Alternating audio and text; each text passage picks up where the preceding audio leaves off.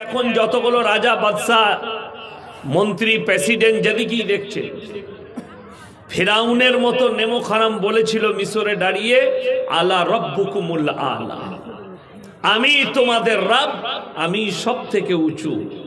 আবার কে?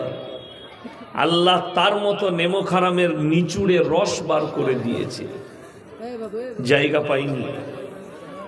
আল্লাহ বেজ্জতির সঙ্গে মৃত্যু দান করেছে।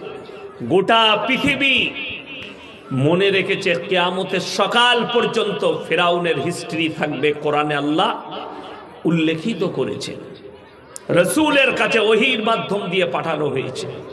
হে নবী, পৃথিবীর মানুষকে জানাও তারা যেন মনে রাখে ফিরাউনের মতো জালিম বাদশাকে আমি নিস্তে নাবুদ করে দিয়েছি। কোরআনে আছে ইব্রাহিম আলাইহিস সালাতু ওয়াস সালামকে আগুনে নিক্ষেপ করেছিল নমরুদ।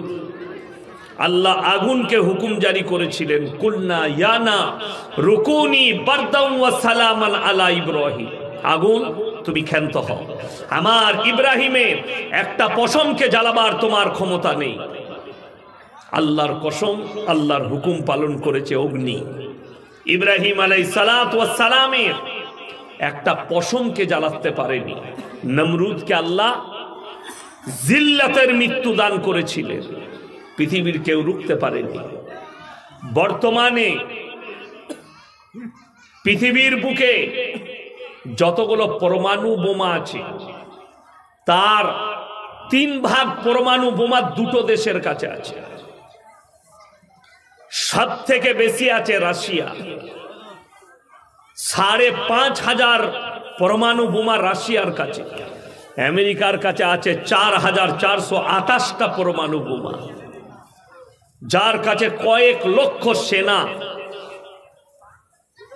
যার কাছে অত্যাধুনিক অস্ত্র, যুদ্ধ বিমান, আপনার হেলিকপ্টার, ড্রোন, মিসাইল, সব অত্যাধুনিক আছে।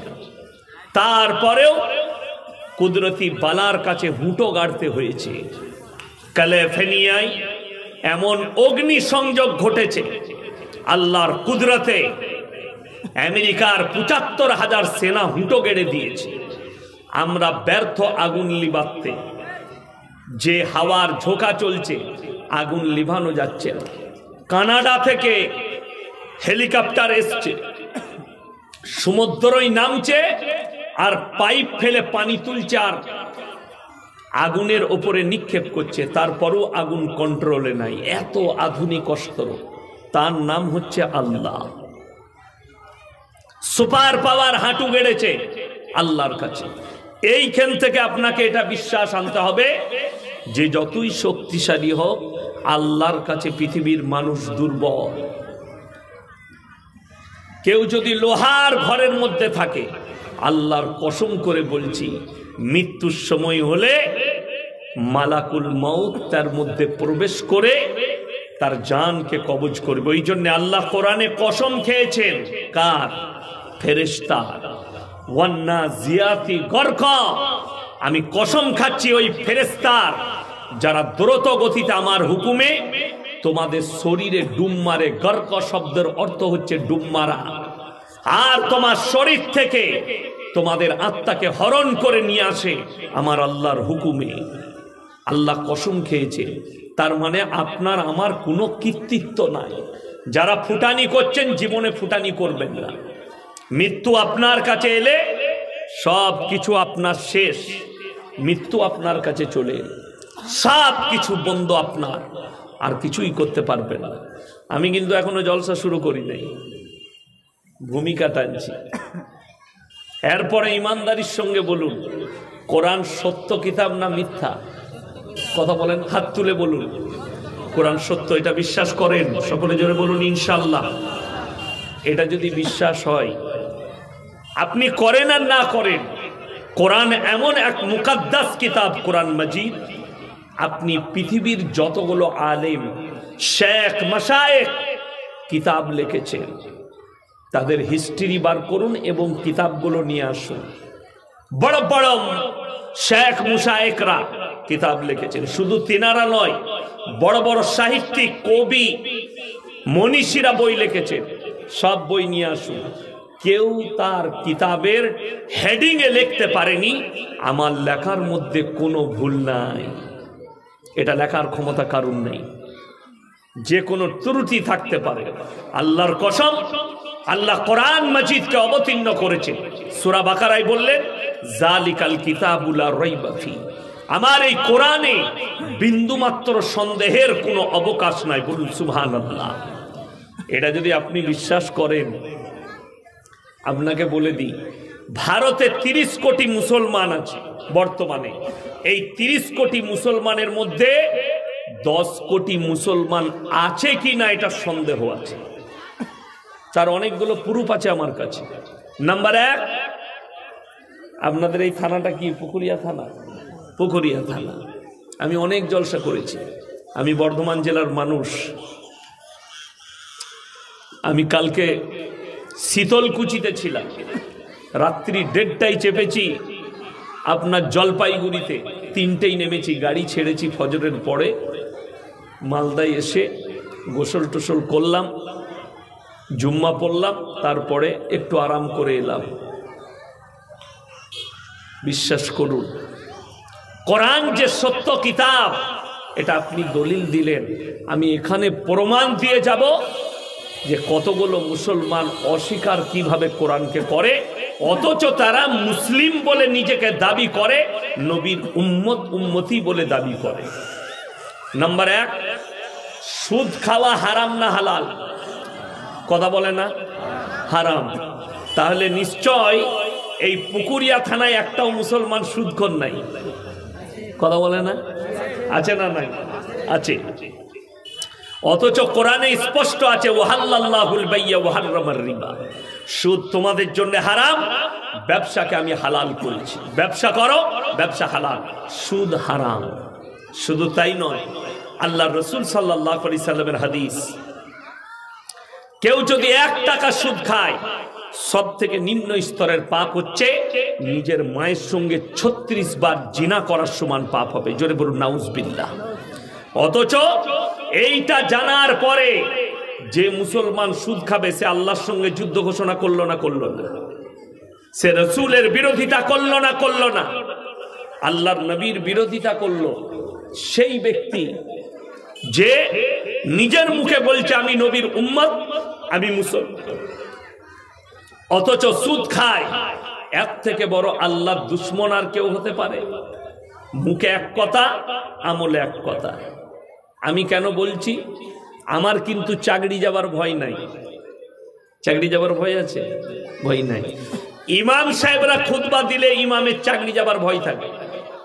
তারপরের দিন থেকে সুদখোররা পেছনে লাগবে, সালা ইমামকে তাড়া, ওকে আর রাখা যাবে না। ঠিক বললাম না ভুল বললাম? ইমামের চাকরি চলে যায়, কিন্তু আমার চাকরি যাবার ভয় নাই। কমিটির ছেলেরা যদি এসে বলে হুজুর এত কড়া বক্তব্য দিবেন না, আমার গাড়ি রেডি আছে, পয়সা ফেক তামাশা দেখ, আমি পালাবো, আবার যেখানে আসবো এইটাই বলবো। হারাম। তোমরা যদি মৌলবীর কলার ধরো, আল্লাহর কসম করে বলছি, কোরআনের আয়াত পাল্টাবে? আমাকে গালি দিলে কোরআনের আয়াত পাল্টাবে? বড় কষ্টের বিষয়। আপনি হারামটাকে হালাল করে নিয়েছেন, কোন মৌলবীকে জিজ্ঞেস করলেন না, আপনার ইমামকে জিজ্ঞেস করলেন না, মৌলী সাহেব সুদ খাওয়াটা কি, আপনি জিজ্ঞেস করলেন না। বড় কষ্টের বিষয়। নম্বর 1। নাম্বার 2, মদ খাওয়া হারাম না হালাল? কথা বলে না, হারাম। তাহলে নিশ্চয় পুকুরিয়া থানায় একটাও মুসলমানদের মাতাল নাই। কি বলে? শুধু মাতাল নয়, আপনাকে আমি মালদা ডিস্ট্রিক্টে দেখিয়ে দেবো, কালিয়াচক থেকে গাজল পর্যন্ত মুসলমান মদু খায়, হারামখোর মদু বিক্রি করছে মুসলমান। কিন্তু দুঃখের কথা কি বলবো জানেন, আমাদের সমাজের অনেক লোক অন্য ধর্মের সমালোচনা করে, কিন্তু কোরআন কি বলছে শুনেলেন? ওয়ালা তাসুবুল্লাযীনা ইয়াদউনা মিন দুনিল্লাহ ফায়াসুবুল্লাহা আদওয়াম বিগাইরি ইলম। হে আমার নবী বলো, তোমরাই আল্লাহ ব্যতীত যাদের উপাসনা করে, যারা দেবদেবীর উপাসনা করে, তাদের দেবদেবীকে তোমরা গালি দিও না, ধর্মকে গালি দিও না। অজ্ঞাত অবস্থায় তারা তোমার আল্লাহকে গালি দেবে। আপনি শিরকটা বুঝান, আপনি দ্বীনটা বুঝান, আপনি আল্লাহকে চিনান, কিন্তু কারো দেবদেবীকে গালি দিবেন না, আল্লাহ নিষেধ করেছে। সে আপনার আল্লাহকে গালি দিলে আপনার ক্ষতি হবে। কথাটা বুঝতে পারেননি আমার? আপনাকে এরপর বুঝিয়ে দিই, আপনার ধর্মকে একটা অমুসলিম কতটা রেসপেক্ট করে। আপনি মালদা থেকে 34 নম্বর জাতীয় সড়ক ধরুন, ডালখোলা বকখালি রোড, এই রোডটার নাম কি? নেটে সার্চ করবেন, ডালখোলা 24 পরগনার বকখালি, একবারই সমুদ্রের কিনারা। ডালখোলা বকখালি রোড, কলকাতা বারাসাত হয়ে একবারই বকখালি চলে যাচ্ছে রোডটা, ডালখোলা থেকে, ডালখোলা টু বকখালি।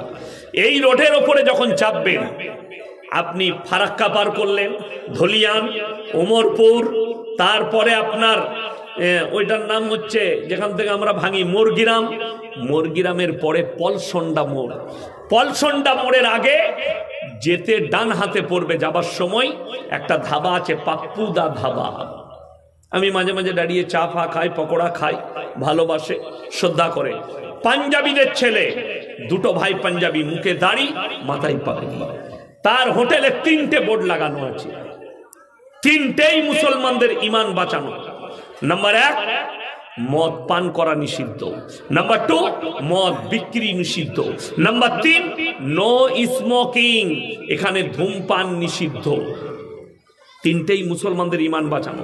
তারা জানে আমরা যেখানে ব্যবসা করছি, এই মুর্শিদাবাদ ডিস্ট্রিক্টে, এখানে 75% মুসলমান, আর মুসলমানদের জন্য মদ স্পর্শ করা হারাম, এদের জন্য নেশাগ্রস্ত জিনিস হারাম, যার কারণে তারা ব্যবসার সঙ্গে ওইটা রাখেনি। আর তাদের হোটেল থেকে আমি 15 কিলোমিটার উমরপুর পর্যন্ত কয়েকটা মুসলিমদের হোটেল দেখাবো, হারামখোর মদু খাই, মদু বিক্রি করছে। ঠিক বললাম না ভুল বললাম?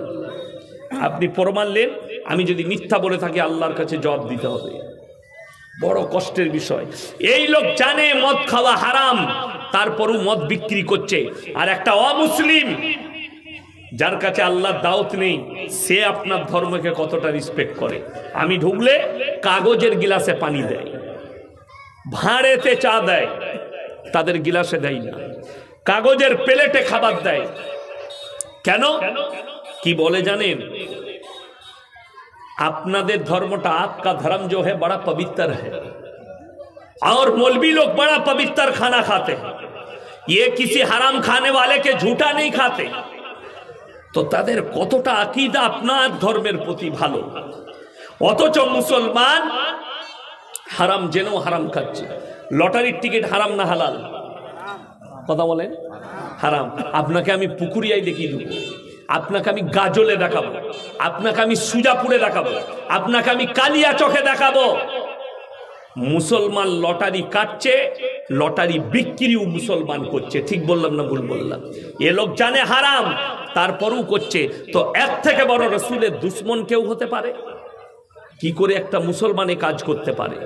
যদি লটারি হালাল হতো, সব থেকে প্রথমে লটারি কারা কাটতো? আমরা মৌলবীরা, ইমামরা। সব থেকে কম বেতন আমাদের। কথাটা বুঝতে পারেননি? কম বেতন কার? আমাদের। আমরা তো ফজরের পরে রোজ একটা করে কাটতাম, 1 কোটি লেগে গেলি আর ইমামতি করতাম না। হারাম বলি তো আমরা লটারি কাটি না। কেন হারাম? অনেকজনের প্রশ্ন থাকবে, অনেক মা বোন ভাইয়ের, যে লটারি কেন হারাম? সবাই বলুন, তকদিরের মালিককে, ভাগ্যের মালিককে? ভাগ্যের মালিক যদি আল্লাহ হয়, আজকে সমাজের অবস্থা এত খারাপ। ভাগ্যের মালিক আল্লাহ, অথচ আপনি জ্যোতিষীকে হাত দেখাচ্ছেন।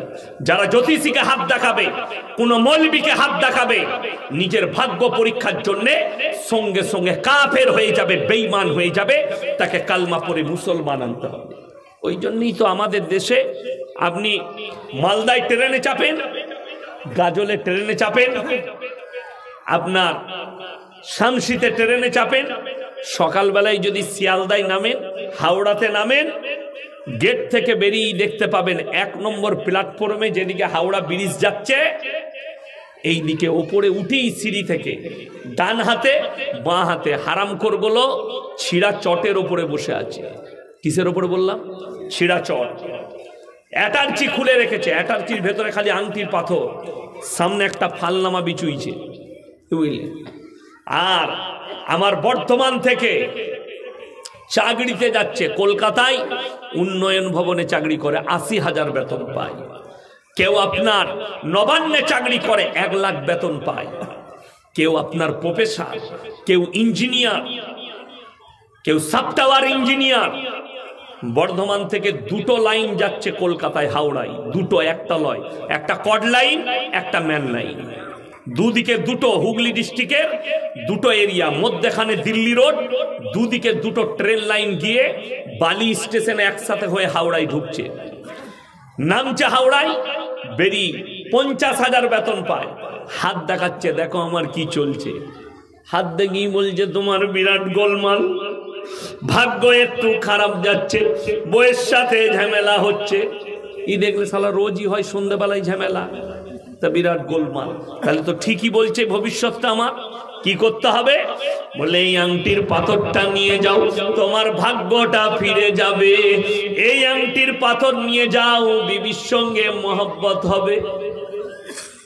যে দিচ্ছে সে ছিঁড়া চটে বসে, খেতে পাই না, কি খায়?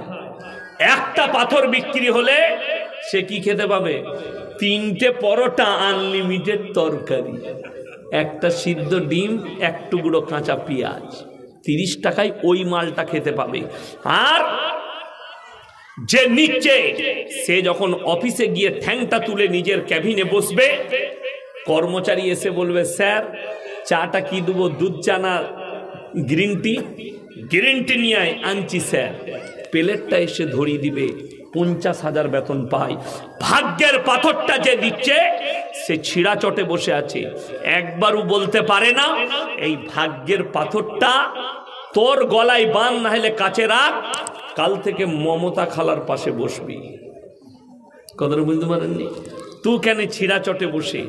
ভাগ্যটা কার প্রয়োজন? যেমন আমাদের অনেক লোক বুঝে না, কি বুঝলে, ব্যবসা করছে, প্রত্যেক দিন 10,000 রোজগার করে, 3 দশে কত? 30, 3 লাখ টাকা মাসে। আর মলবির বেতন পুরো মাসে 10,000, মাস গেলে 10,000।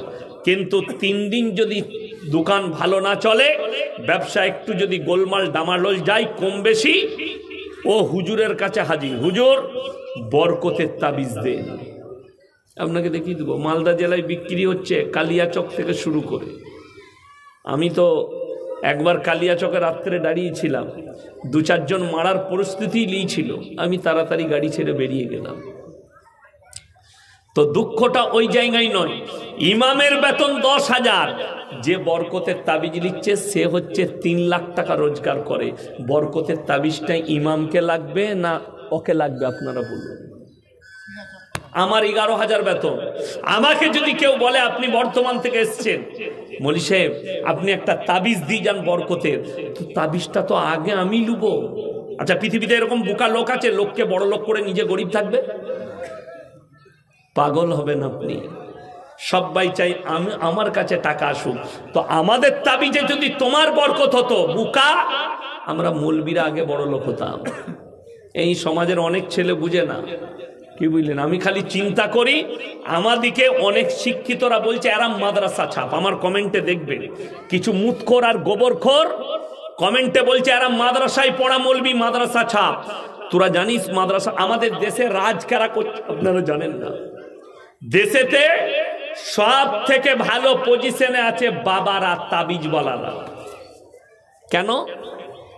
একটা মন্ত্রীও ছুটে যায় পায়ে হাতে ধরে, আমি যেন ভোটে জিতে যাই এমন কিছু করে দেন। ঠিক কি না কথা বলে? যে জীবনে স্কুলে যায়নি তাবিজের ব্যবসা করছে, হারামখোর MA পাস, হারামখোর BSc পাস, হারামখোর AA, কিন্তু প্রেম করেছে, প্রেমিকা সুইচ অফ করে দিয়েছে। হুজুরকে এসে বলছে হুজুর তাবিজ মেরে মোবাইলটা খুলে দাও। নাউজবিল্লাহ বলেন।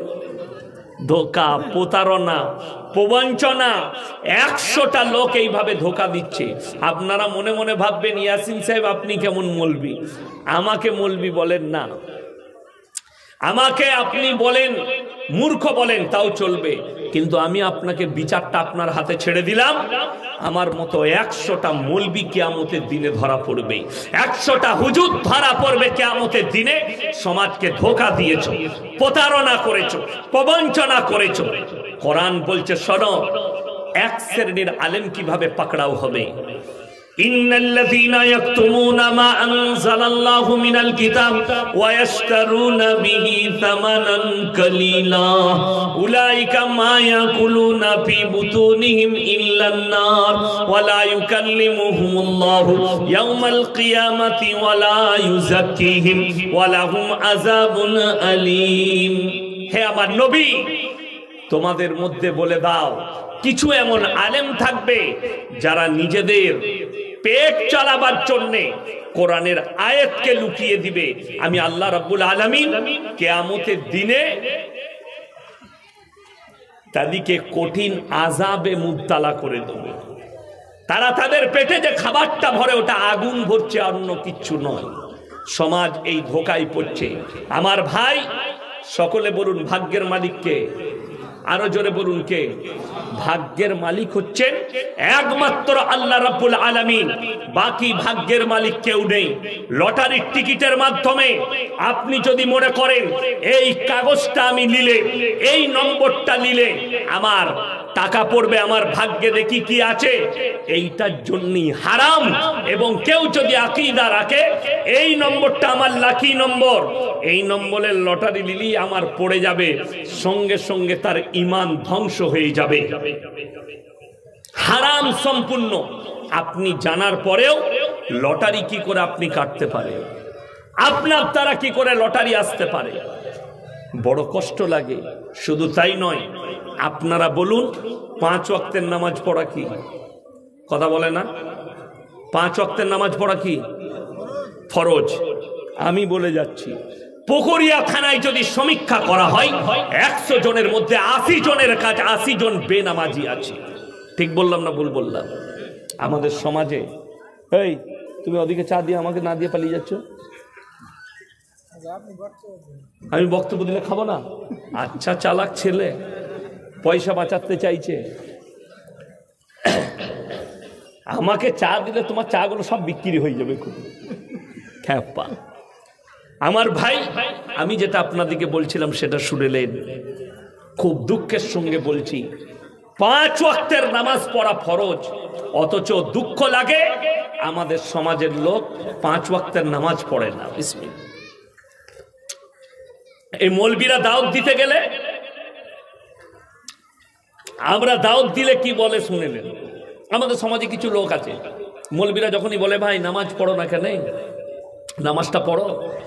নামাজ না পড়তে পারি, মৌলী সাহেব গায়ের মধ্যে আমি ভালো লোক আছি, এই মাল আছে না? নাই, গাদা আছে, নামাজ পড়ে না, কিন্তু বলছে আমার মতো ভালো লোক গ্রামে তো নেই, আমি আছি, নামাজ না পড়তে পারি, ও আমি পড়ি না, কিন্তু আমি ভালো।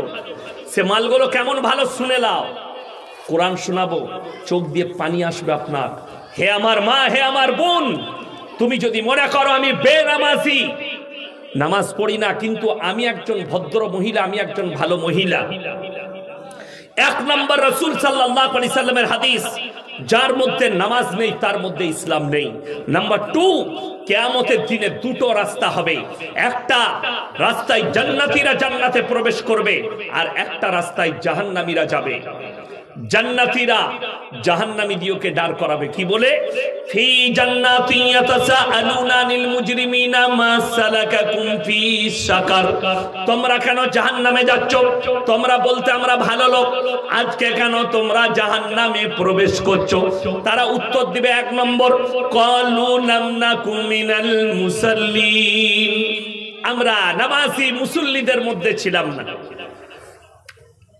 তাই আল্লাহ আমাদেরকে জাহান্নামে পাঠিয়েছে।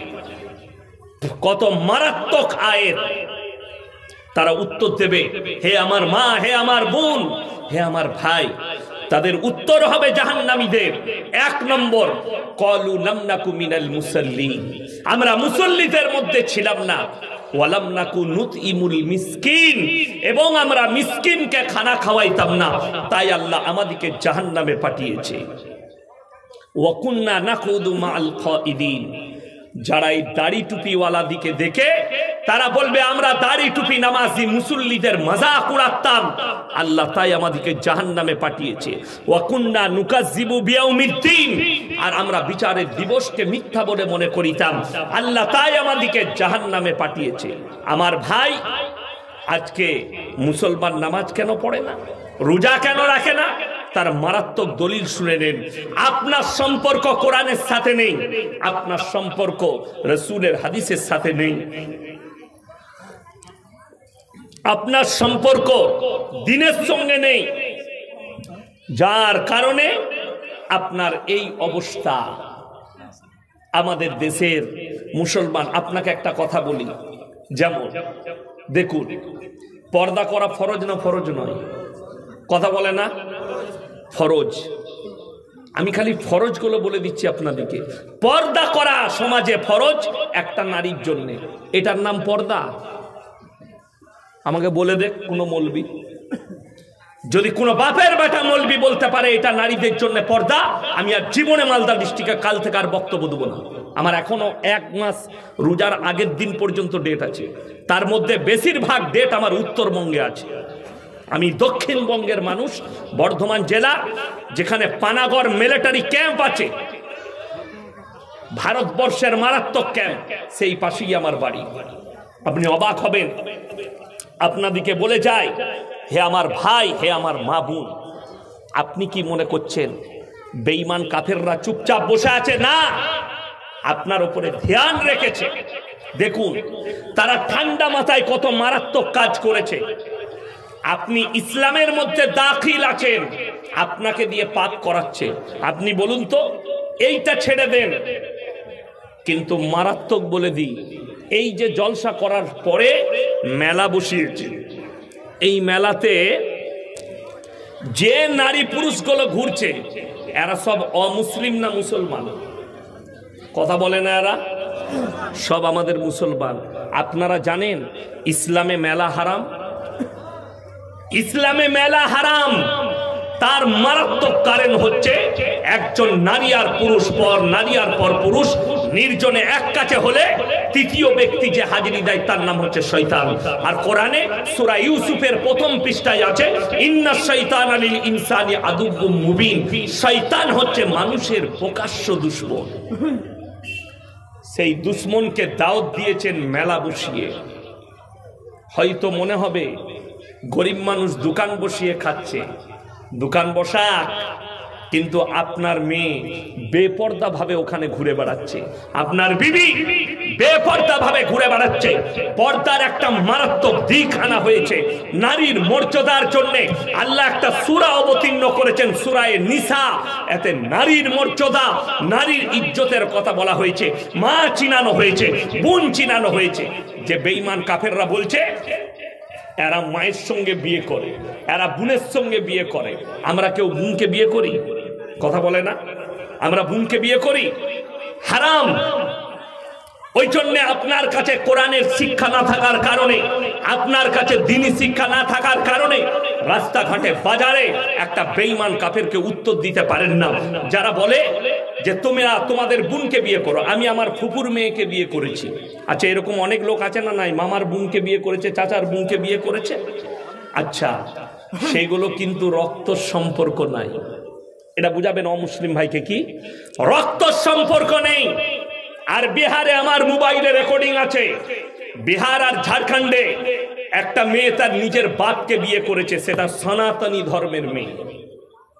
মোবাইলে আমার কাছে রেকর্ড আছে, আমার নামে কেসটুকু আমি আদালতে দেখিয়ে দেবো ভিডিও বার করে।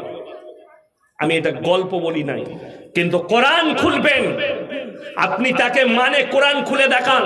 4 পারা শেষ পৃষ্ঠা হাফের পর থেকে সূরা নিসা, হুররিমাত আলাইকুম উম্মাহাতুকুম ওয়া বানাতুকুম ওয়া খালাতুকুম ওয়া বানাতুল আখি ওয়া বানাতুল উখতি, আল্লাহ পুরো চ্যাপ্টার দিলেন কার সঙ্গে তোমার বিয়ে করা না জায়েজ, কার সঙ্গে জায়েজ আছে, কার সঙ্গে হারাম, কার সঙ্গে হালাল।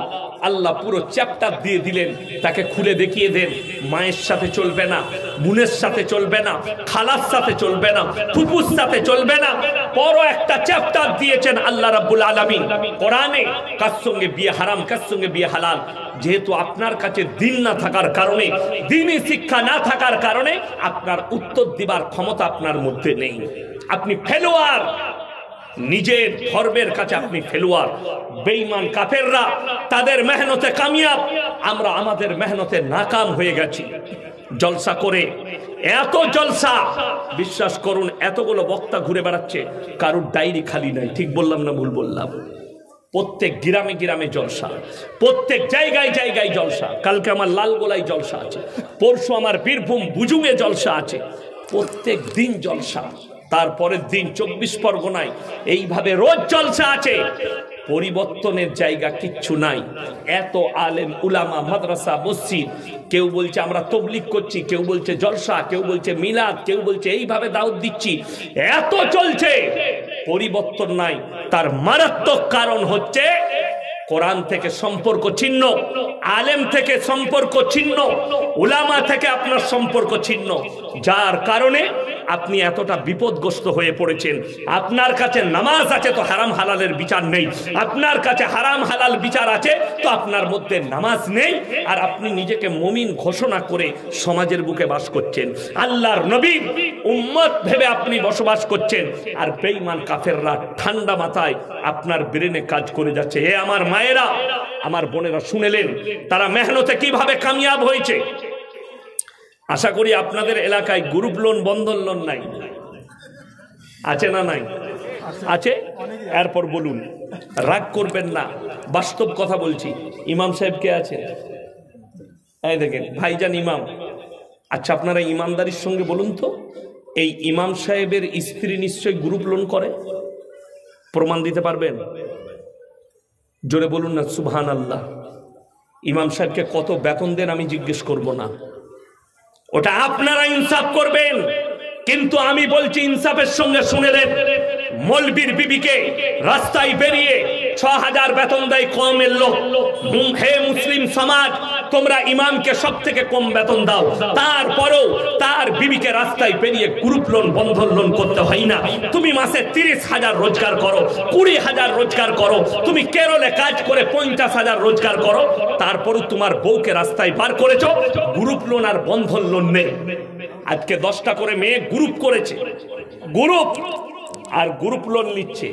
গ্রুপ লোন নিয়ে তাদের মধ্যে একজন হেড হয়েছে 10 জনের মধ্যে, আর 9টা মেয়ে তাকে ম্যাডাম বলে ডাকে। সে দেখে এমনি স্কুলের ম্যাডাম হতে পারি নাই, আমি সুদ খাবার ম্যাডাম হয়েছি। বিরাট ব্যাপার, 9 জন ম্যাডাম বলে ডাকছে, ওর বিরাট ব্যাপার। ম্যাডাম বলছে না, সম্মান বেড়ে গেল। নাউজুবিল্লাহ, তুমি সুদ খাবার ম্যাডাম হয়েছো। বেঈমান কাফেররা আপনার ঘরে ঘরে সুদ ঢুকিয়ে দিল। যদি মনে করেন মৌলভী সাহেব আমাদের সংসার কি করে চলবে, তো তুমি মনে রেখো রাসূল সাল্লাল্লাহু আলাইহি সাল্লামের হাদিস, যারা 5 ওয়াক্তের নামাজি হবে মৃত্যুকাল পর্যন্ত আল্লাহ তাদের রুজিতে কোনোদিন কমি দিবে না। জোরে বলুন সুবহানাল্লাহ। এটা রাসূলের সহিহ হাদিস, আল্লাহর নবী সাল্লাল্লাহু আলাইহি সাল্লাম হাদিস বর্ণনা করলেন। যারা আল্লাহর রাস্তায় দ্বীনের পথে থাকবে মৃত্যুকাল পর্যন্ত আল্লাহ তাদেরকে ইজ্জতের রুজি দান করবেন। জোরে বলুন সুবহানাল্লাহ। আমরা মৌলবীরা আল্লাহর উপরে ভরসা করি। 5,000, 6,000, 2,000, 3,000 যেটাই দাও, আমরা সেইটার উপরে ভরসা করে, আল্লাহর উপরে বিশ্বাস রেখে, আমরা হালাল রুজির উপরে, রিজকের উপরে বিশ্বাস রেখে চলি। যারা মনে করছেন টাকা বেশি থাকলে খেতে পাওয়া যায়, হ্যাঁ আমার মারা শুনেলেন, যারা মনে করছেন যদি কোটি টাকা থাকে তবে ভালো মন্দ খাওয়া যায়, ভুল। যদি এটা তোমার দিমাগে থাকে, সকালবেলায় উঠে মালদা টাউনে চলে যাও, রথবাড়ির রোডটাই দেখবে 100টা বড় লোক সকালবেলায় মর্নিং ওয়াক করছে, 100টা কোটিপতি সকালবেলায় আন্ডার প্যান্ট পরে ছুটছে। কি হলো? 600 গয়কার সুগার, ডাক্তারে বলেছে 3.5 কিলোমিটার ছোটগা। দিনে 10 লাখ টাকা ইনকাম করে, কিন্তু আন্ডার প্যান্ট পরে ভোরের বেলায় ছুটতে হয়। তাকে জিজ্ঞেস করবেন কি খাস, খাসি না দেশি মুরগি? পুরা রুটি আর করেলা ভাজি খায়। আর তার যে কর্মচারী আছে তাদেরকে আল্লাহ বলেছে তোর প্লেটে যা জুটবে তাই খাবি। এটার নাম হচ্ছে রুজির মালিক আল্লাহ। অবাক হবে। আজ থেকে 10 বছর আগের ঘটনা। আমি কলকাতার ওই চটা বজবজের কাছে আমি জলসা করতে গিয়েছিলাম। জলসা শেষ হলো, 11টায় শেষ করেছি। একজন হাজী সাহেব বললেন আমার বাড়িতে হুজুর দাওয়াত। আমি গেলাম, তার বাড়ি দেখে আমার দিমাগে তাক লেগে গেছে, আল্লাহ জান্নাতটা কত সুন্দর হবে। কেন? 35 কোটি টাকার বাংলো, 1 টাকা 2 টাকা, 5 বিঘে এরিয়া নিয়ে বাড়িটা আছে। ঢুকলাম, ডাইনিং টেবিলে 50 জন বসে খাবে। আমি ঢোকার পরে আমার সাথে আছে আমার ম্যানেজার, আমার ড্রাইভার, তাদের মসজিদের ইমাম, তাদের মুয়াজ্জিন, তার ম্যানেজার, তার কর্মচারী। হাজী সাহেব আমার পাশেই বসেছে। ডাইনিং টেবিলে কি কি লেগে আছে আমি আসার আগে সব লেগে গেছে খাবার। কি? ভাপা ইলিশ, আপনার ভেটকি মাছের পাতুরি, খাসি, আর বিরিয়ানি, পোলাও, লেগ, চিকেন তন্দুরি, পরোটা, কিমা, ভুনা সব লেগে আছে। হাজী সাহেব আমার পাশে বসেছে। আমি হাজী সাহেবকে বললাম, হাজী সাহেব একটা লেগ পিস দেবো? চলবে না। আমি ইলিশ মাছ? না না চলবে না। ভাপা ইলিশ, আপনার পাতুরি, আমার ছোঁয়া, আপনারা খান, আমার আসছে। আমি মনে মনে করলাম হাজী সাহেবের তাহলে যখন আসছে, কর্মচারীকে বলে আমারটা নিয়ে আয়। আমি মনে মনে করলাম স্পেশাল মাল কিছু আসছে। পাশে যখন আছি একটু লুক, যে প্লেটটা করে আনছে, প্লেটটা চাইনার ব্র্যান্ডেড কাচের প্লেট, 2100 টাকা দাম একটা প্লেটের। একটা বাটির দাম 1250। তার কর্মচারী আনছে, প্লেটে আছে 2টো পুরা রুটি আর বাটিতে আছে করেলা ভাজি। আমি না, হাই সাহেব এটা আমার মনে, হ্যাঁ আমি ছুঁয়ে দেবাই না। আমি বললাম দস্তরখান আপনার, ডাইনিং টেবিল আপনার, খাবার আপনার, টাকা আপনার। আল্লাহ রুজি মেপেছে মৌলবীর কর্মচারীর।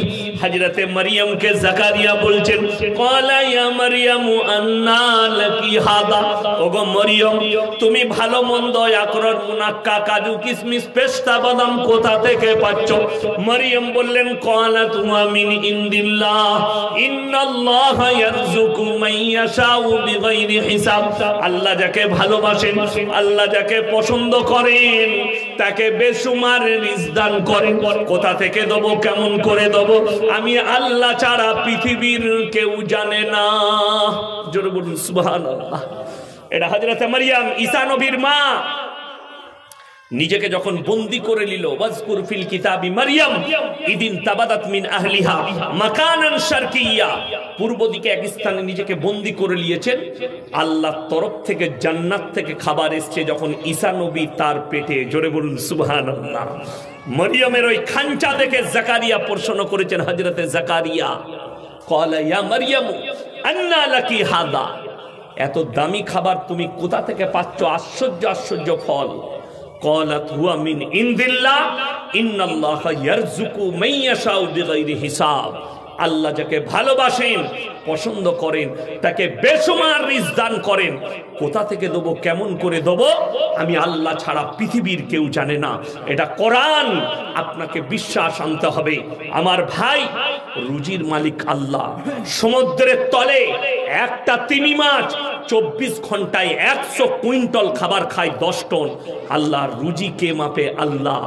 3 ভাগ প্রাণী সমুদ্রের তলে, 1 ভাগ স্থলে আছে। সকলের রুজি আমি আল্লাহ মাপি। একটা জঙ্গলে হাতি 1 দিনে 1 টন খাবার খায়, 10 কুইন্টাল। কে রুজি মাপে? আমি আল্লাহ রুজি মাপি। আর তোমরা সামান্য 100 গ্রাম চালের ভাত খাও, 50 গ্রাম চালের ভাত খাও, আর আমি আল্লাহ রুজি মাপবো না? অনেক মা বোন, অনেক ভাই বাবা আছে, স্ত্রীর পেটে বাচ্চা এসছে, 2টো ছেলে আছে, আবার স্ত্রী প্রেগনেন্ট। স্ত্রীকে বললে, শোনো, এত টাকা কোথায় পাবো ছেলেকে মানুষ করার? এই ছেলেটা নষ্ট করে দাও। হাই রে নেমো খারাম, তুমি বেঈমান কাফেরের আচরণ নিলে।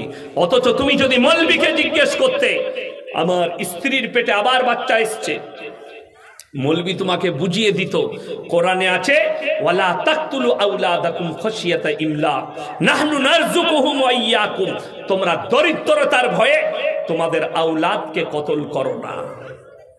একটা মানুষকে মার্ডার করলে যে পাপ, যারা নিজের পেটের সন্তানকে ওষুধ আর ইনজেকশন দিয়ে যে নারীরা নষ্ট করে অতটাই পাপ হবে।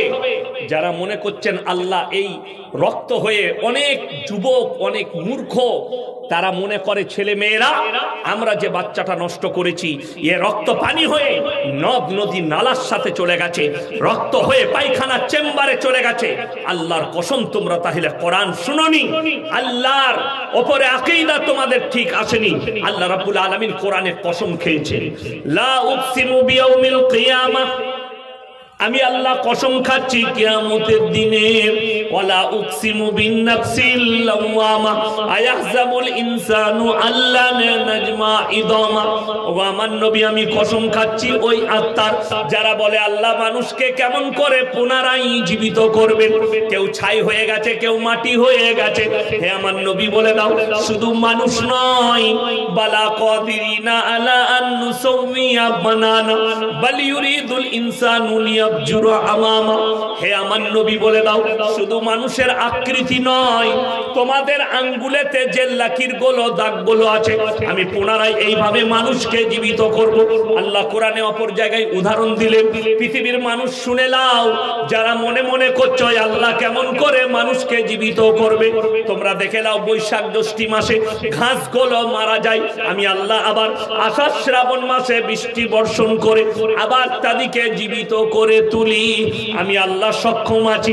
যারা মনে করছো পায়খানার চেম্বারে নদ নদী নালাতে চলে গেছে, পায়খানার চেম্বারে রক্ত পানি হয়ে চলে গেছে, আল্লাহর কসম আল্লাহ এই বাচ্চাগুলোকে কিয়ামতের দিনে দাঁড় করাবেন। আর এই বাচ্চারা সাক্ষী দিবে ওগো আল্লাহ এই পাপিষ্ট মা বাপ যারা আমাকে মায়ের গর্ভে মার্ডার করেছে, সেদিনে কিয়ামতের দিনে আল্লাহর কাছে হিসেব দিয়ে পার হতে পারবে না।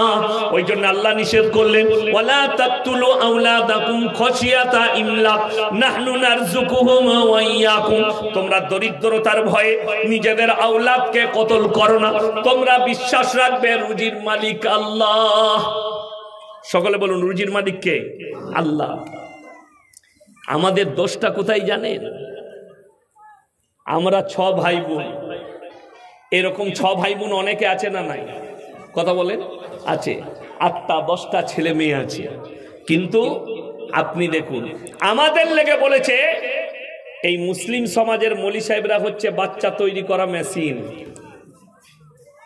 কে বলছে? বেঈমান কাফেররা, এরা বাচ্চা নিয়ে যায়। বড় কষ্ট লাগে, আপনাকে খালি হিসেব করে দিই, আমার 5টা বাচ্চা হলে ইয়াসিন হচ্ছে বাচ্চা তৈরি করা মেশিন, কিন্তু কবিগুরু রবীন্দ্রনাথ ঠাকুররা 14টা ভাই বোন, তার বাপকে তুমি কি বলবে আমি তোমার কাছ থেকে শুনতে চাই। দেশের প্রধানমন্ত্রীজি 6টা ভাই বোন, তার বাবাকে কি বলবে আমি তোমাদের কাছে জানতে চাই। যোগীজি 7 ভাই বোন, তাকে তুমি কি বলবে তার মা বাবাকে আমি তোমাদের কাছে জানতে চাই। শুধু তাই নয়, তাগাড়িয়া 10টা ভাই বোন, তার মা বাবাকে কি বলবে তোমাদের কাছে জানতে চাই। খালি আমি বাচ্চা পয়দা করলেই দোষ, অন্য কেউ করলে দোষ নাই। এইটাই হচ্ছে ব্রেন বেঈমান কাফেরদের, আপনাকে অপরাধী করেছে। আর আমাদের শিক্ষিত সমাজকে বলেছে এই মৌলবীদের কাছে কিছুই নাই, জ্ঞান নাই, এরা সাধারণ লোক, এরা মাদ্রাসা ছাপ, এদের কাছে দুনিয়াবি জ্ঞান নেই। আমার ভাই, তুমি তো মৌলবী চিনতে পারোনি, তুমি কাঠ মৌলবীকে, নামধারী গাই মুখো হেলেকে মৌলবী ভেবেছ। কোনদিন বাপের বেটা মৌলবীর সাথে বসে দেখবে, তবে বুঝতে পারবে। এরা মিডিয়াতে, আমাদের দেশের কুত্তা মিডিয়াগুলো বিক্রি হওয়া মৌলবী কটাকে আর মূর্খ কটাকে বস করাচ্ছে, দিয়ে বলছে এই দেখো মুসলমানদের হাল এরকম। এই মৌলবী জবাব দিতে পারে নাই। যদি হিম্মত থাকে, আমি 1 লাখ বয়ান ছুটছে আমার ইউটিউব আর ফেসবুকে, আমি 1 লাখের বেশি, 1000-এর বেশি দাওয়াত দিয়েছি, যে যদি হিম্মত থাকে বাপের বেটা রুবিকা লিয়াকত, অঞ্জনা আমকাসম, আপনার আমিষ দেবগন থেকে শুরু করে যতজন আছে নিউজ 18 বাংলা, এবিপি, যদি হিম্মত থাকে আমাদের মতো বাপের বেটা মৌলবীর সাথে বসো, छट्टी का दूध याद दिला देंगे इंशाअल्लाह। हम बिकने वालों में से नहीं है, हम तुम्हारे जुबान नहीं बोलेंगे, हम बोलेंगे तो हमारे रसूल के जुबान बोलेंगे, हम बोलेंगे तो हमारे कुरान और हदीस बोलेंगे। तुम ले नहीं सकती, तुम सुन नहीं सकते, तुम्हारा दिमाग फट जाएगा। इस्लाम के बारे में पहले जांच लो फिर कहना, उससे पहले बात मत करो। আমার ভাই, আমার মা বোন সকলকে অনুরোধ করছি, হাত তুলে বলুন নামাজ কেউ ছাড়বো? হাত তুলে বলুন না নামাজ কেউ ছাড়বো না, জোরে বলুন ইনশাআল্লাহ। নামাজ কম্পালসারি নামাজ পড়বেন। আমাদের দেশের লোক তিনটে কোয়ালিটির নামাজি আছে আমাদের দেশে। নাম্বার 1 5 ওয়াক্তের, নাম্বার 2 জুম্মা, নাম্বার 3 ঈদ আর বকরা ঈদের। ঠিক বলি নেই? কিছু লোক আছে শুধু ঈদ বকরা ঈদ পড়বে, আর ঈদের দিনে লাপাই বেশি কারা জানেন?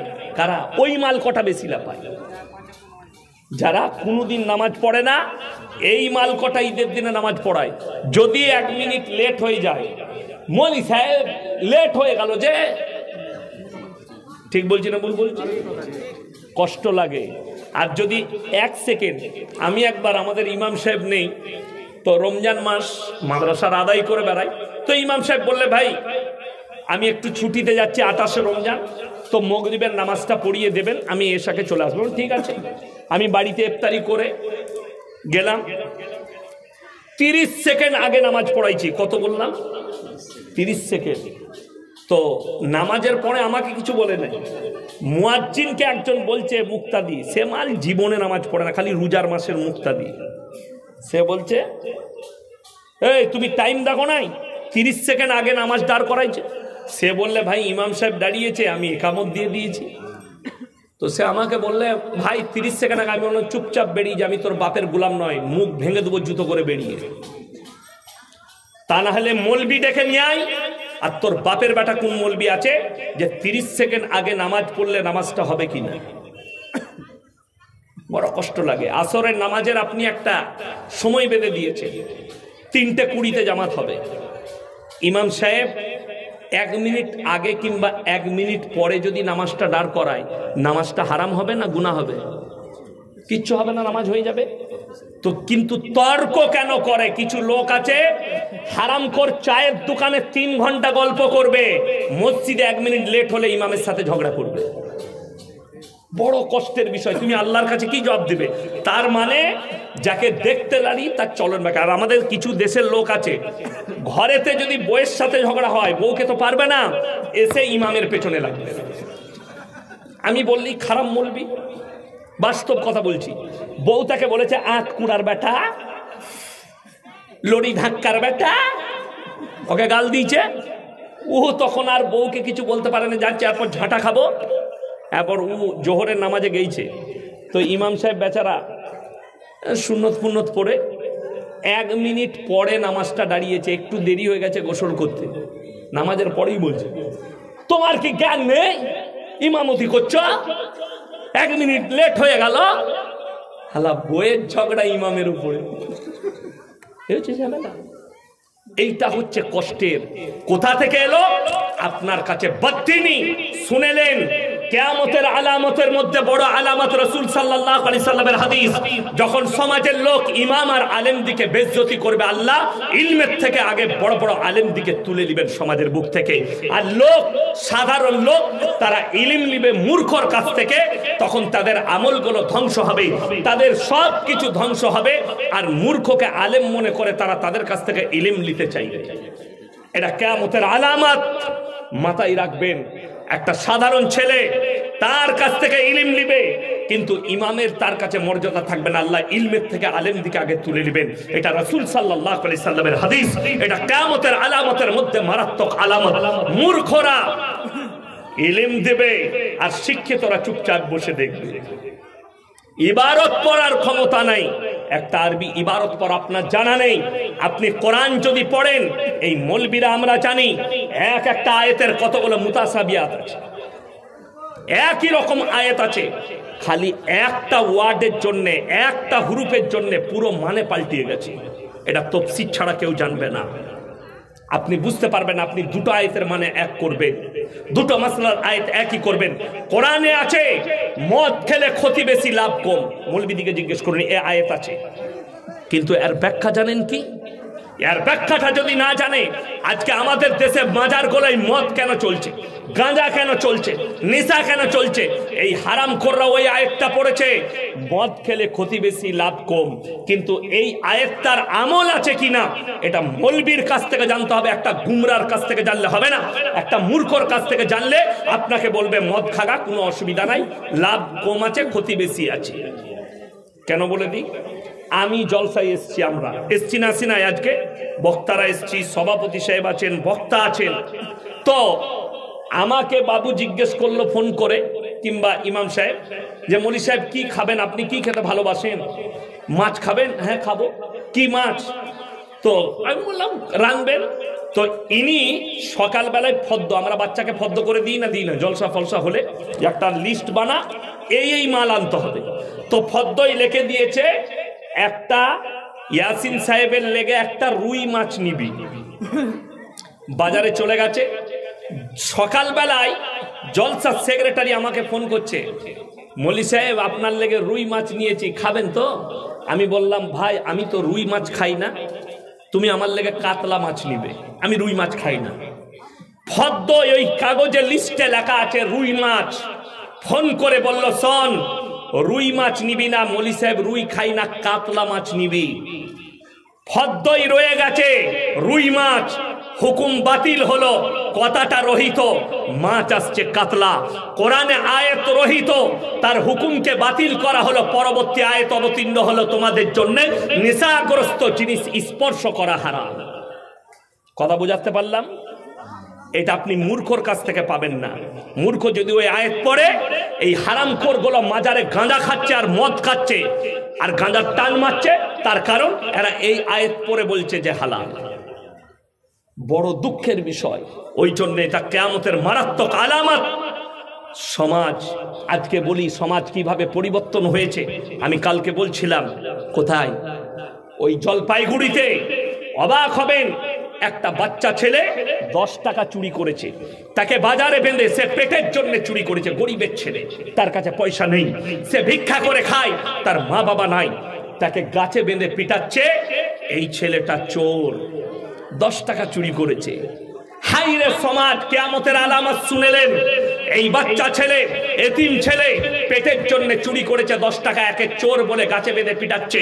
অথচ যারা কওমের গরিবের এতিম মিসকিনের লাখ লাখ টাকা চুরি করেছে, তাদেরকে আমরা স্টেটে ডেকে গলায় মালা পরিয়ে বরণ করি আর বলি এটা সমাজসেবী। সমাজদারও কে লিয়ে ইশারা কাফি হ্যায়। বড় কষ্টের বিষয়, দুঃখের বিষয়। শুনেলেন, বেঈমান কাফেরকে আপনি চিনতে ভুল করেছেন। আজকের নয়, 2 বছর আগে মুর্শিদাবাদের এক হারামখোর নেতা আমার সঙ্গে এক স্টেজে জলসা করেছে। আমি বসে আছি, আমার আগে লাল বাতি গাড়িতে এলো, পেছনে বডিগার্ড স্টেজে চেপে বলল মাদ্রাসার জলসা, আমি নাম করব না, ওই বেলডাঙ্গা থানার একটা মাদ্রাসার জলসায় স্টেজে দাঁড়িয়ে বললে ইসলাম শান্তির ধর্ম। এই মাদ্রাসা প্রতিষ্ঠানকে উন্নয়নের জন্য আমি 10 লক্ষ টাকার চেক দিচ্ছি। সে 10 লাখ টাকার চেক আমার সামনে দিয়েছে, এটা আমি বানানো গল্প বলিনি। আজকে সেই হারামখোর নেতা বলছে মাদ্রাসায় জঙ্গি তৈরি হয়। তার থেকে বড় জঙ্গি কেউ হতে পারে? যদি জঙ্গি তৈরি হয় 2 বছর আগে, তার মানে তুমি জঙ্গির দলের লোক ছিলে। যখন তুমি 10 লক্ষ টাকা চেক দিয়েছ, তখন তুমি জঙ্গিকে সাপোর্ট করেছো। এই লোককে আগে অ্যারেস্ট করা দরকার। এই জঙ্গিকে মদত করেছে কেন? সুযোগটা আপনি দিয়েছেন, সুযোগ আপনি। আজকে আমি কষ্টের সঙ্গে বলে যাচ্ছি, মালদা, মুর্শিদাবাদ আর দিনাজপুরে আমাদের মতো বক্তাকে ডেকে আমরা বয়ান করছি। আমি বাদ দেন যে কোনো বক্তা, আর কমিটির লোক নিয়ে এলো এক হারামখোর নেতাকে, আর আমাদের মতো আলেমদের মুখ বন্ধ করে আপনি 10 মিনিট দাঁড়ান, আমাদের নেতা কথা বলবে। আর বক্তাকে দাঁড় করিয়ে ওই হারামখোর নেতার একটা আলেমকে বশ করিয়ে, যারা মনে করবেন তারা আমাকে দাওয়াত দিবেন না, তোমার জলসার ভুকা আমি নয়। আপনি আমার বর্ধমান জেলায় চলুন, একটা নেতাকে স্টেজে পাবেন না। রাজনীতির মঞ্চ আলাদা, ইসলামের মঞ্চ আলাদা। একটা আলেমকে স্টপ করে কি করে আপনি তাকে একটা মূর্খকে দিলেন যার কাছে ইলম নাই, যার কাছে কোরআন নাই, অথচ লোকরা শুনতে এসছে কোরআন আর হাদিসের কথা। আপনি তাকে রিসপেক্ট করতে পারেন, আপনার এমএলএ, আপনার এমপি, তাকে সম্মান করতে পারেন, তাকে স্টেজে ডেকে আপনি মালাও পড়ান, কিন্তু জেনে রেখে দিবেন একটা আলেম যখন বক্তব্য দিচ্ছে তাকে থামিয়ে তাকে স্টপ করে বক্তব্য দেওয়া এর থেকে বড় পাপ আর কিছু হতে পারে না। এটা আমি চ্যালেঞ্জ ছুড়ে বলে গেলাম। যাদের দাওয়াত দিয়ে আছে ইউটিউবে শুনবেন, তারা যদি মনে করেন এই বক্তাকে ক্যান্সেল করবো, আলহামদুলিল্লাহ আমি আরাম পাবো, আরামের একটাও দিন নাই আমার কাছে, আমি রেডি আছি। যদি মনে করেন আমরা এদিকে ডাকিয়ে অপমান করব, আমাকে দাওয়াত দিবেন না, আমি নাই। বড় কষ্টের বিষয়গুলো কিয়ামতের আলামত যে আপনি আলেমের ইজ্জত বুঝেননি, অথচ আল্লাহ কোরআনে আলেমের ইজ্জত সম্পর্কে কি বলেছে জানেন? ইন্নামা ইয়াখশাল্লাহা মিন ইবাদিহিল উলামা। আমার নবী আর পয়গম্বরের পরে যারা আমাকে সবথেকে রীতিমতো ভয় করে তারা হচ্ছে আলেম সম্প্রদায়, তারা হচ্ছে আলেমরা, তারা কঠিন ভয় করে আমাকে। আমার ভাই, ওই জন্য আপনাকে অনুরোধ করছি, আপনি দিন বুঝুন, সবাই বুঝবো, জোরে বলুন ইনশাআল্লাহ। আপনারা ইমানদারির সঙ্গে আপনারা জানেন পর্দা করা ফরজ। আপনার বিবিকে আপনি পর্দায় আনতে পারেননি, শুনেলেন আপনার ব্রেনে শয়তান কি বাধা বেঁধেছে, বেঈমান কাফেররা কি মেহনত করেছে। একটা চকলেটের দাম 1 টাকা, কত বললাম? কথা বলে না? 1 টাকা। সেই চকলেটটা কেউ যদি প্লেটে করে খুলে বিক্রি করে কেউ কিনবে? কথা বলেন, কেন কিনবেন না? অতি ধুলো পড়েছে, অতি ধুলো পড়ে গেছে, মাছি বসেছে, ইজ্জত নষ্ট হয়েছে। আমার মারা ভালো করে শুনবেন, 1 টাকার চকলেট কেউ যদি খুলে বিক্রি করলে তার ইজ্জত নষ্ট হয়ে যায়। আল্লাহ তোমার বিটির কতটা ইজ্জত দিয়েছে, একটা নারীর কতটা ইজ্জত দিয়েছে, তুমি তোমার ইজ্জত, বিটির ইজ্জত বুঝলে না, তোমার বিবির ইজ্জত বুঝলে না, তোমার মেয়ের ইজ্জত বুঝলে না, তোমার মায়ের ইজ্জত বুঝলে না, যে তাদের ইজ্জতের দাম কতটা। 1 টাকা চকলেটের ইজ্জত বুঝেছে, কিন্তু নিজের মায়ের ইজ্জত বুঝতে পারেননি, বিটির ইজ্জত বুঝতে পারেননি। যদি আপনাদের বাজারে, পুকুরিয়ায় বাজারে কেউ যদি একটা কলা ছিলে বিক্রি করে, সেই কলা কেউ কিনবে? কিনবেন না। কেন? এই কলাটাই মাছি বসেছে, ধুলো পড়েছে, ইজ্জত নষ্ট হয়ে গেছে, আপনি আর কিনবেন না।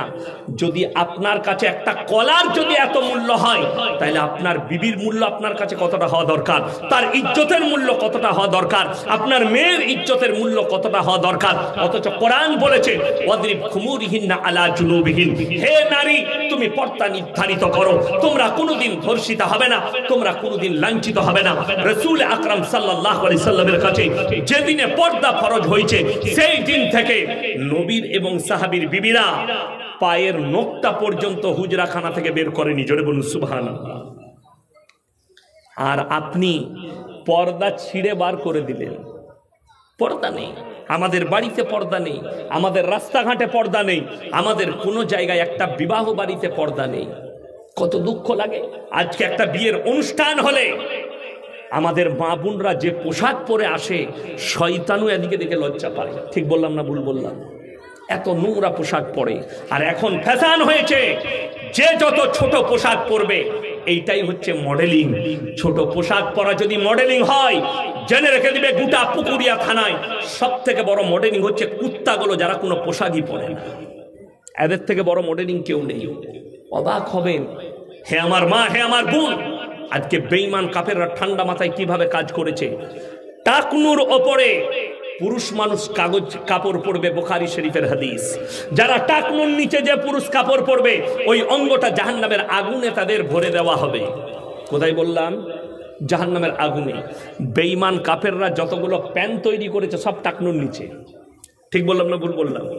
আপনি দেখেন, আপনাকে বাড়িতে এসে কাটতে হচ্ছে। যারা ইমানদার ছেলে তারা কাটছে। আমি গত বছরে মুম্বাই যাচ্ছি, কলকাতা এয়ারপোর্টে দাঁড়িয়ে আছি, বোর্ডিং পাস করাবো। আমার সামনে একটা বিহারিদের ছেলে, মুসলিমদের, এমন একটা প্যান্ট পরে আছে, পেছন থেকে মনে হচ্ছে যেন খুলে পড়ে যাবে। আমি তাকে বললাম, ভাইয়া থোড়া উপর কর লো না তো পিছে গড়বড় হয়ে যায়গা, मैं खड़ा हूं। সে আমাকে উত্তর কি দিল জানেন? हजरत ये डिजाइन है। हम साला ऐसा भी डिजाइन का पेन निकल चुका है। আমি মনে মনে চিন্তা করলাম, এই যুবক যদি এই প্যান্ট পরে নামাজ পড়তে যায়, তার পেছনের কাতারে যে থাকবে তার আর নামাজ হবে? পেছনে যে থাকবে সে সিজদায় গেলে গোটা আলী বাবার গুফা দেখতে পাবে, নামাজ শেষ। কথাটা বুঝতে পারেননি? হারাম।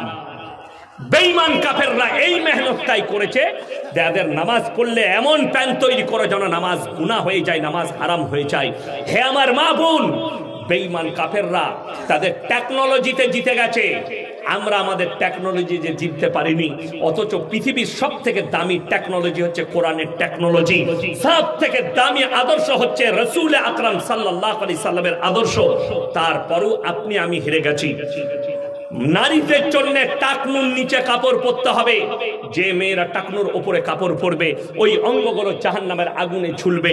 আমার ভাই, আমার মা বোন, আজকে বেশিরভাগ বেঈমান কাফেররা তারা সালোয়ার তৈরি করেছে, সব মেয়েরা এখানে পড়ছে, এইখানে।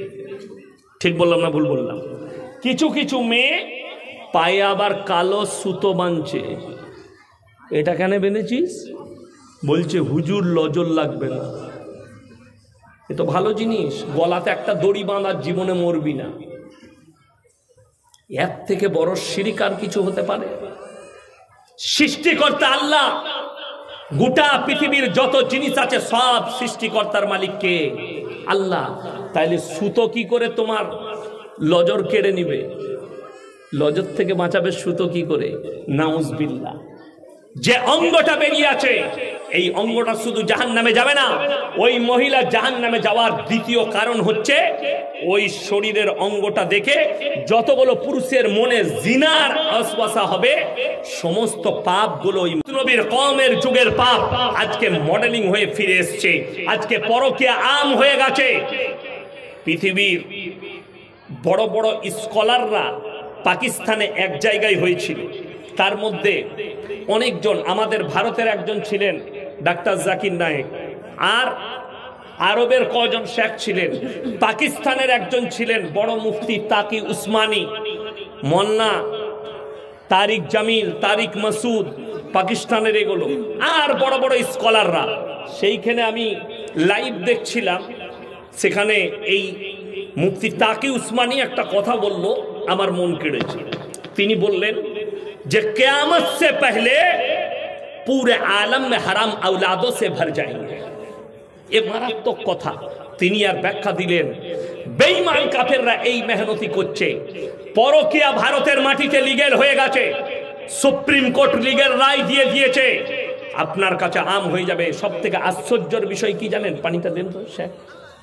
সব থেকে আশ্চর্যের বিষয় হচ্ছে যে পরকীয়া লিগ্যাল কার জন্যে? আপনার জন্য লয়, মহিলার জন্য।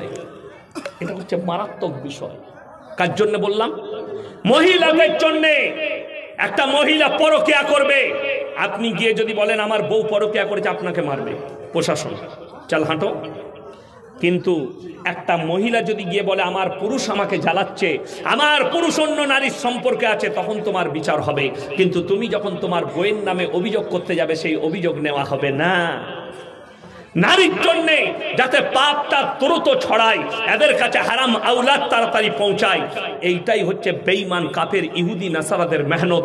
আজকে ঠান্ডা মাথায় তারা আপনাকে পাপে লিপ্ত করেছে।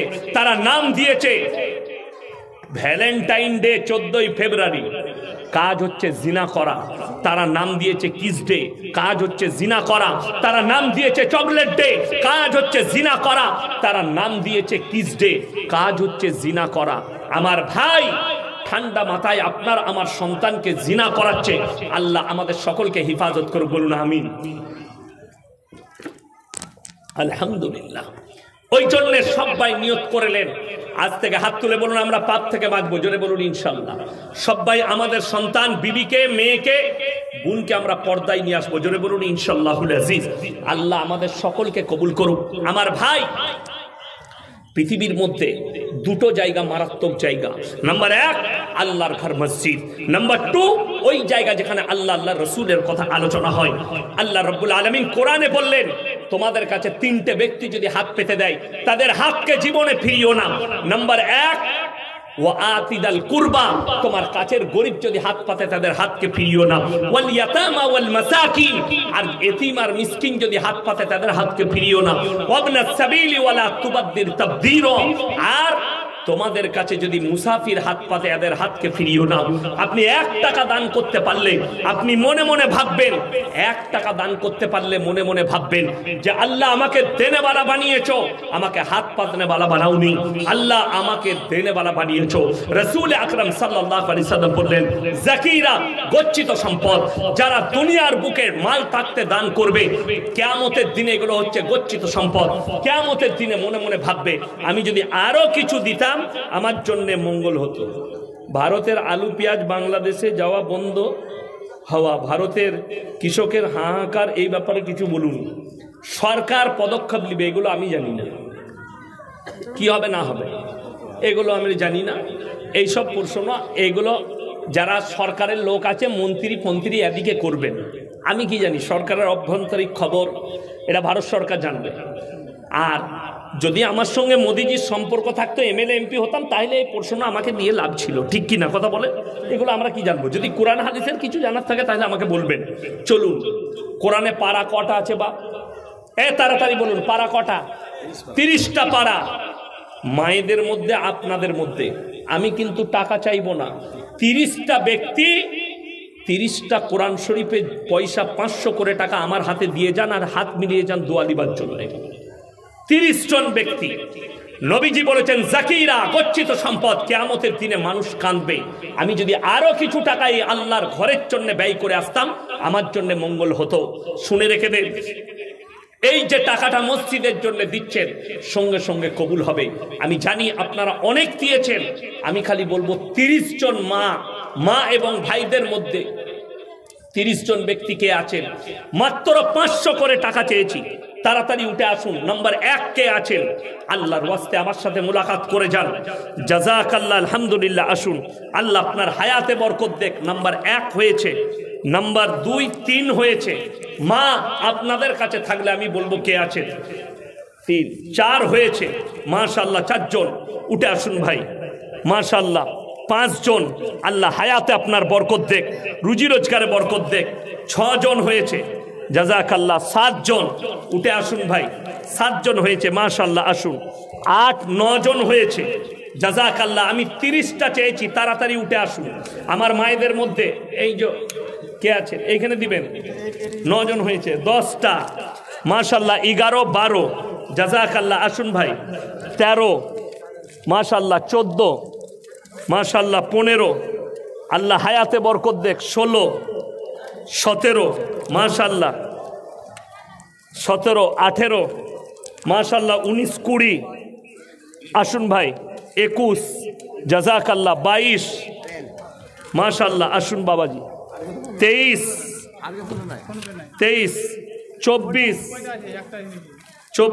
25, 26, জাযাকাল্লাহ। আল্লাহ হায়াতে বরকত দেখ আপনার। 26, মাশাআল্লাহ। 27, মাশাআল্লাহ। 27 হয়েছে, মাশাআল্লাহ। 28,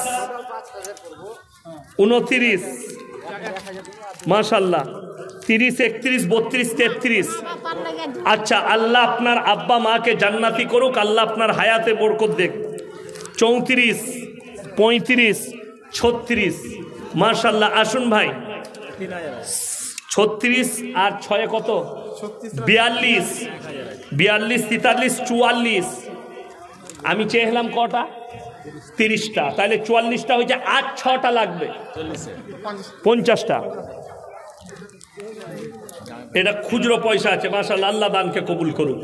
আমার ভাই আর 6 জন, মাশাআল্লাহ। এই দেখেন 45 আর 5টা দিলেই হবে। মায়েদের মধ্যে কে আছেন? একটা এসছে। আচ্ছা, মাশাআল্লাহ। এই দেখেন